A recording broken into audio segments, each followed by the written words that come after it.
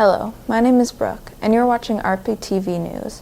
On this week's episode, we report on the City of Toronto's announcement of its 2023-24 winter homeless strategy.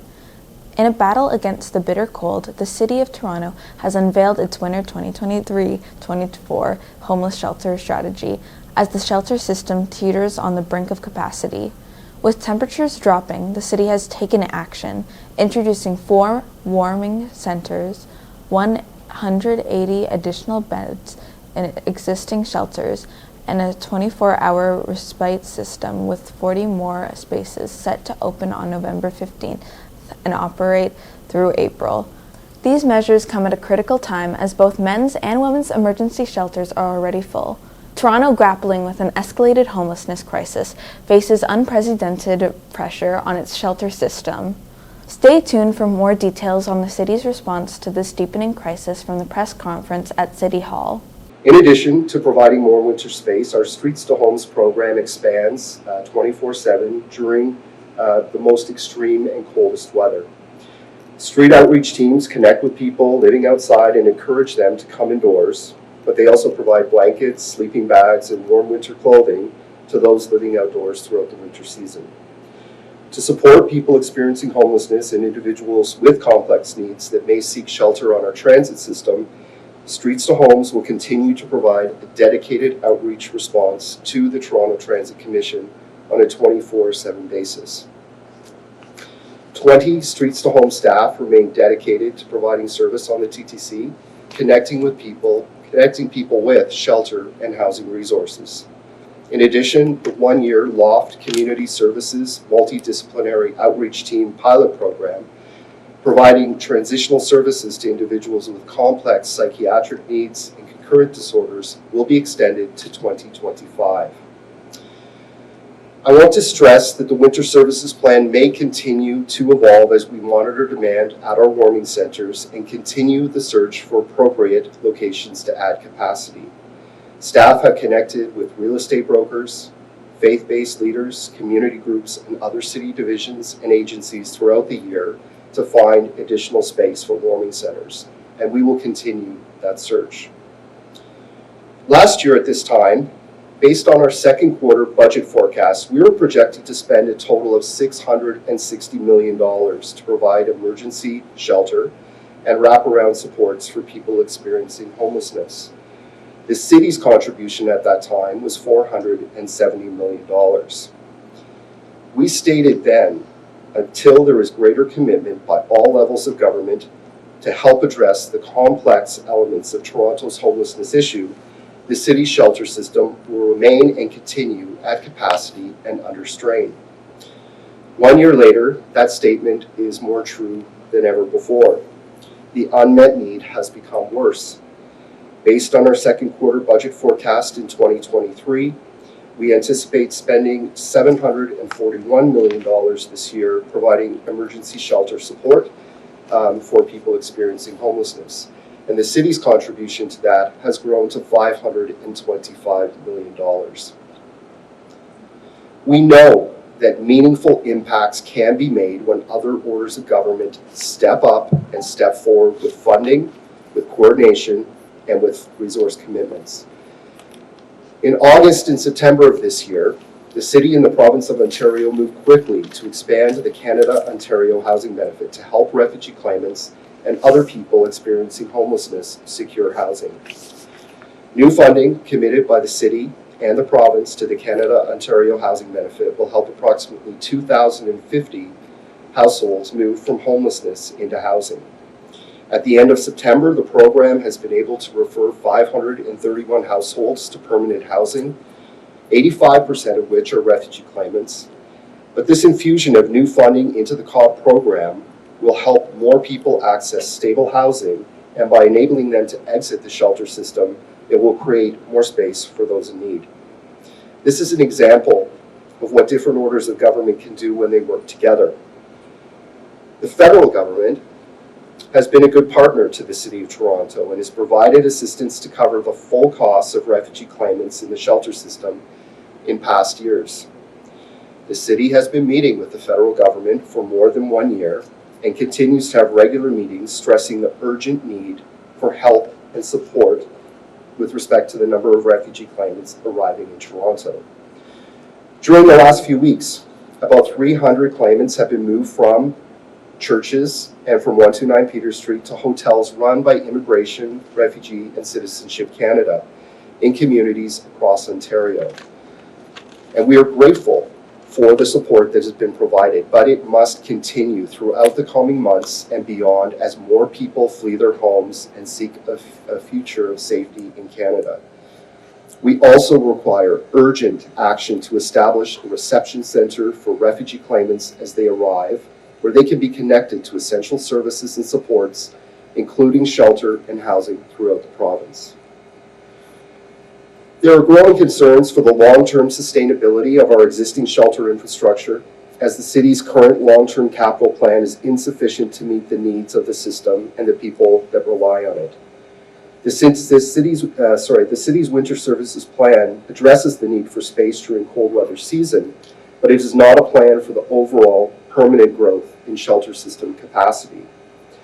To bring more stability into the shelter system and to ensure there's adequate shelter space available for those that need it today and into the future, new investments and approaches to shelter infrastructure are required. The 2024 to 2033 Homelessness Services Capital Infrastructure Strategy has been developed to proactively inform the city's capital spending decisions and to promote recovery and stability in the city's shelter system. It is crucial to invest in shelter for people in immediate housing crisis and for people experiencing homelessness that are living outdoors until adequate housing solutions are in place and there are more people being housed every month than entering homelessness. The strategy outlines how the city will meet short, medium, and long-term goals to transition from an emergency-focused pandemic response to long-term proactive approach to capital planning in Toronto's shelter system. The report seeks approval for a plan to exit from some of the very high-cost, short-term temporary shelter programs and instead build out the number of purpose-built permanent shelters. Funding will also go towards other projects needed to support recovery and stability in the shelter system, including moderately growing shelter capacity in areas where there is significant need, such as with families, with young people and youth, with refugees, and with Indigenous peoples, and developing a flex space to help facilitate expected state of good repair projects that necessitate client relocation. Over the long term, the goal is to increase the proportion of permanent sites in the shelter system, which will allow us to, in the city, to transition individuals to smaller locations that are purpose-built and can better meet the needs of shelter residents while integrating well into existing communities. Homelessness is a complex social issue. It requires commitment from all orders of government, community agencies and stakeholders to work together to provide funding along with public, social, and health-related supports. The city's goal is to deliver person-centered, outcome-focused services to help improve the overall well-being of individuals experiencing homelessness and to help them find and keep stable housing as quickly as possible. The city is committed to making homelessness rare, brief, and non-reoccurring, but it can't do it alone. That's why we will continue to work closely with provincial and federal governments on a new deal to secure ongoing funding for emergency shelters and long-term investment in supportive and affordable housing and access to critical support programs that help prevent people from entering homelessness. I'd now like to introduce Councillor Bravo, Chair of the Economic and Community Development Committee. Thank you, Gord. Good morning, everyone. I think that you can see from this presentation and these remarks that the public service is approaching this crucial city service with renewed energy and vigor. And I think it really lives up to the expectations that are being generated in the public in Toronto, where the majority of people recognize the scale and need is unprecedented. And we are looking ahead to a really difficult winter. We know that more asylum seekers will be arriving. Evictions are occurring more regularly. The cost of living is really impacting people. And of course, now I think we're in a place where the City Council recognizes that homelessness is an emergency. And so what you have before you is a really important baseline to approach this problem. I want to say that while we need more support, and those words are very clear in terms of the funding partnerships and relationships that we need with the other orders of government, there are some positive developments in this plan. Warming centers opening at -5 degrees instead of -15 is really listening to all of the healthcare and frontline experts who told us that that's absolutely necessary to make sure that people aren't facing injury and death out in the cold. It means that warming centers will be open more days and there will be more predictability. And I think that's really important for people that work with the unhoused in this city. It also signifies a really important return to the notion of respite. Respite is something that advocates and frontline workers have been calling on the City of Toronto to lift up. It's a low barrier, 24/7 way to get indoors, and at 40 spaces. It's not going to meet the entire need, but it is a good start. And of course, we are talking about looking ahead in a very proactive and deliberate way for building out the shelter system that we need. We need more this winter, though. We need more locations for surge capacity as the winter gets colder at -15. We need extra space. And we know that our current capacity is insufficient, so I just want to put out an open call to all partners in the city, business community, institutions, other orders of government with public lands. Come on board, help out, because we need every partner in this city to meet the need. And I want to say your city needs you right now. We're also really clearly calling on the federal and provincial government to help address a number of things. Number one, it is a federal responsibility to attend to asylum seekers, refugees in this city. And there's always been a historic provincial role there, and we need them to play that, because it's putting so much pressure on the shelter system, and we've heard that more of a surge is coming. And we know that so often the impacts that we're dealing with in the City of Toronto or in any municipality really have to do with the funding and policy decisions that are made at provincial and federal levels. And so we also need their help to meet the crisis that in many ways we have to contend with, but without the tools needed to attend to it. And part of the work, as I said, is really looking further ahead, not just beyond this winter. I'm very excited about this. Moving from not reacting, but to planning, to build a real strategy for growing and expanding the shelter system, as well as investing in permanent housing. These things go together. Shelter, respite, they're an important step on the ladder back into a home. And the Homelessness Services Capital Infrastructure Strategy is a 10-year plan with outcomes that we can start seeing as soon as next year. That's very exciting. It's a proactive approach to thinking through the city's shelter challenges and how to respond to the serious need, focusing on maximizing the impact of public funds to ensure that the city has the resources in place to build out the capacity that we need. By building out city-owned spaces, instead of relying on short-term leases and rentals, this is an important goal, because we can provide better shelter services, and it's better value for money. It's better value for money for the city and the investments we need to make, and it's better for value for money for unhoused people in the city. We need this kind of proactive approach for every stage of the housing continuum, from emergency shelter to transitional housing to permanent supportive and affordable housing. And this is the work that we have ahead of us. I am sure that with a deep and committed partnership from the federal and provincial government, we'll really be able to make a difference, and I urge them to join us. Thanks.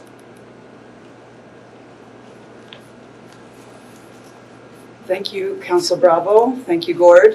Both are available for Q&A, and there's also some other city staff on hand as well, depending on the questions. To the floor. So my question is for Gord. Is this on? Good.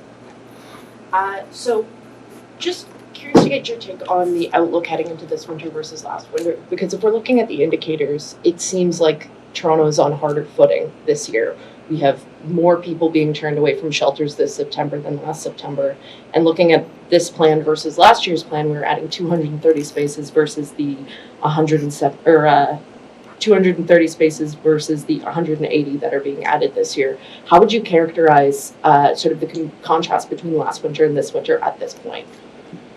Yeah, thanks for the question, and certainly we're concerned about this coming winter. The planning has been ongoing, and as I mentioned, one of the most challenging pieces is not having a great forecast of what the demand will look like throughout the whole winter. That's why we require the urgent support of our federal partners, specifically to assist us with asylum claimants that are arriving here.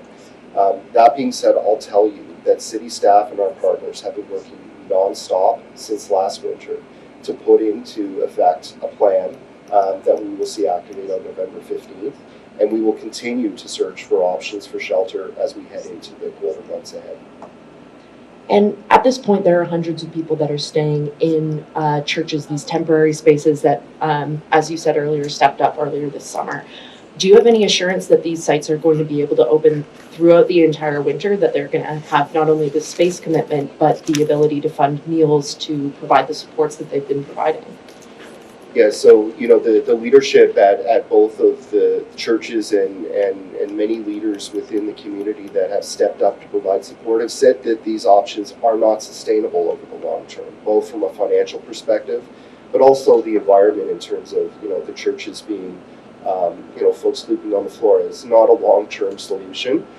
They provided interim support, and now it's up to the federal government to step in and support us to find a long-term solution to those issues.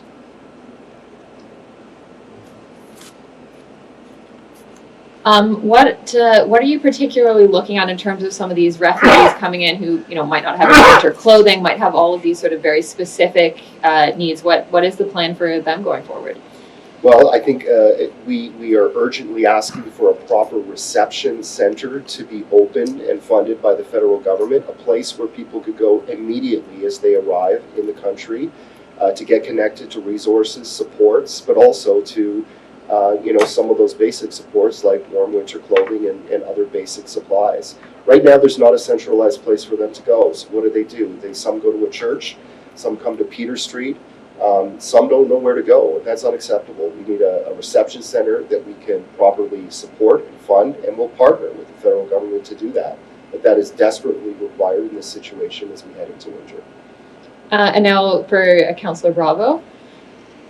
So you mentioned in your remarks this plan really lives up to expectations from the public that the city will do more. I think a lot of people looking at this, if they see people on the street, unhoused sort of neighbors, they might say that this in no way lives up to their expectations, and it's not good enough, and especially since some of these things are only going to come into place in a year from now. So what would you say in response to that? I would say that I think the expectation is to treat this like an emergency.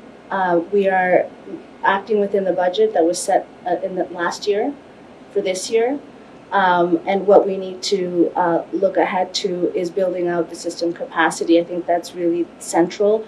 I in no way want to say that we have what we need to meet this emergency. What I think is important is that there's a different approach to care here. One is opening warming centers at -5 as opposed to -15. The second piece is returning to the notion that respite, low barrier 24/7 spaces are needed. This is responsive to what the frontline workers and people who are unhoused have been saying. But the number one thing I'm saying here is we need way more. That's why we need support from institutions, business community, other orders of government around identifying a space. And that's why we need the provincial and federal government to really step in and support the range of solutions that come with this, including investing more in the Canada-Ontario housing benefit, which is a really crucial step in getting people out of shelters and into transition into a permanent home. So no, it isn't enough. We have to do more, but I think that the thing that's different this year, from my perspective as a new councillor, is we're really naming the extent of the problem.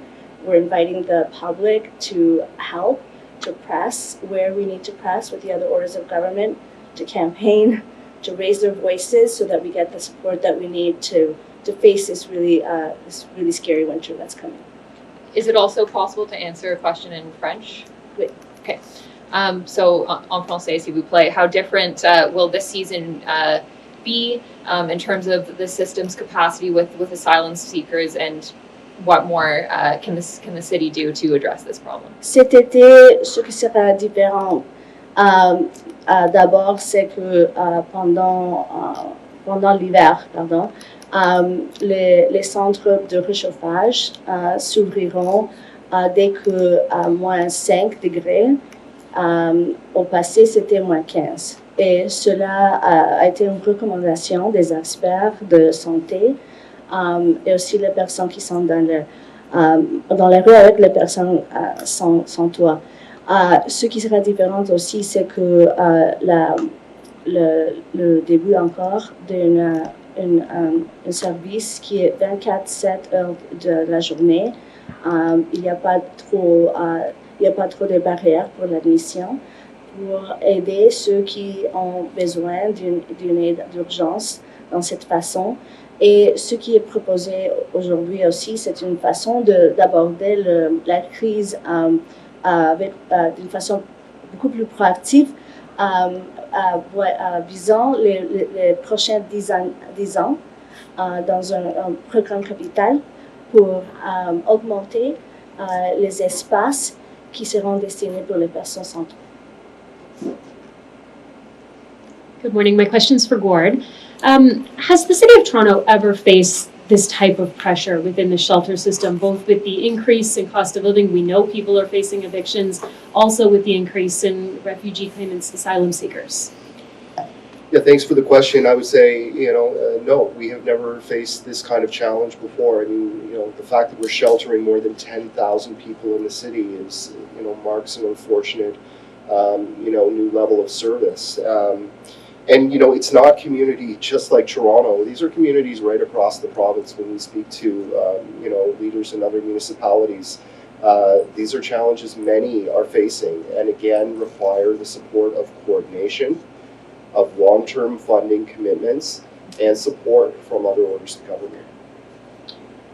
Also had a question about the number of people who will be able to go into the shelter spaces. You mentioned last year changing the lateral space. So correct me if I'm wrong, that means you'll see even more people in a smaller space so they get access to indoor space, basically. Yes, we're reverting back to what the spacing was before the pandemic. So 0.75 meters between beds was what that lateral distance was, and that's what we're moving back to in most programs. Looking at the winter and the risk that poses to individuals, we feel that it's important to bring more people in to get connected to the services and supports within the shelter system. Picking up on that, and speaking with people who are experiencing homelessness, many of them say they'd like to take advantage of the shelter system, but in some cases they don't feel safe, and now maybe hearing there will be even more individuals and less space for them. So what do you say to someone who says, I don't feel comfortable in that shelter system? We need to continue to listen to the voices of people that use our shelter system and that are feeling unsafe. And part of this capital plan and building out new shelters needs to look at what we can do to make shelters more safe for individuals that use them. And that's going to require listening to people in terms of what their experience has been in the past and how we can change that experience going forward. So the TTC earlier this year was talking about not just using buses this winter as transportation to warming centers, but potentially using them as a temporary place that people could stay if spaces were full across the city. What is the state of those conversations at this point? Thanks for the question. I mean, those conversations are ongoing. They're not a core component of our winter plan today. We will be working very closely with the TTC, have staff embedded across the system to connect with people experiencing homelessness, and we will be relying on the TTC to support us in transporting people among the various programs that open.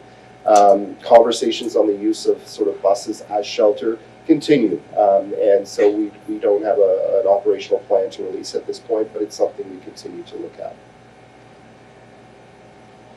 Just question on this call out for any organizations to offer their spaces or different things like that. What would that deal really look like? I mean, we've seen some of these churches say, "Oh my gosh, I just can't do it anymore." Like, what are they getting if someone says, "Oh, I have this office tower, my people are working remotely, here it is"? Or are you saying we have money that you think you can access? If someone just has a physical space, yeah, what's the deal? So, I think having access to space is one of the biggest challenges we have. So, knowing what is available and where, and as we monitor demand going into the winter, having more access to space that we could activate with skilled staff to operate programming is something that would be helpful to have. And right now we don't have an inventory of additional space. We put everything out there that we currently have access to. We continue to look, but I think the call that the councillor made was just to say, to broad Torontonians and their connections that we are looking for space, and if you have a lead, please contact us, and we'd be happy to talk with you more about it.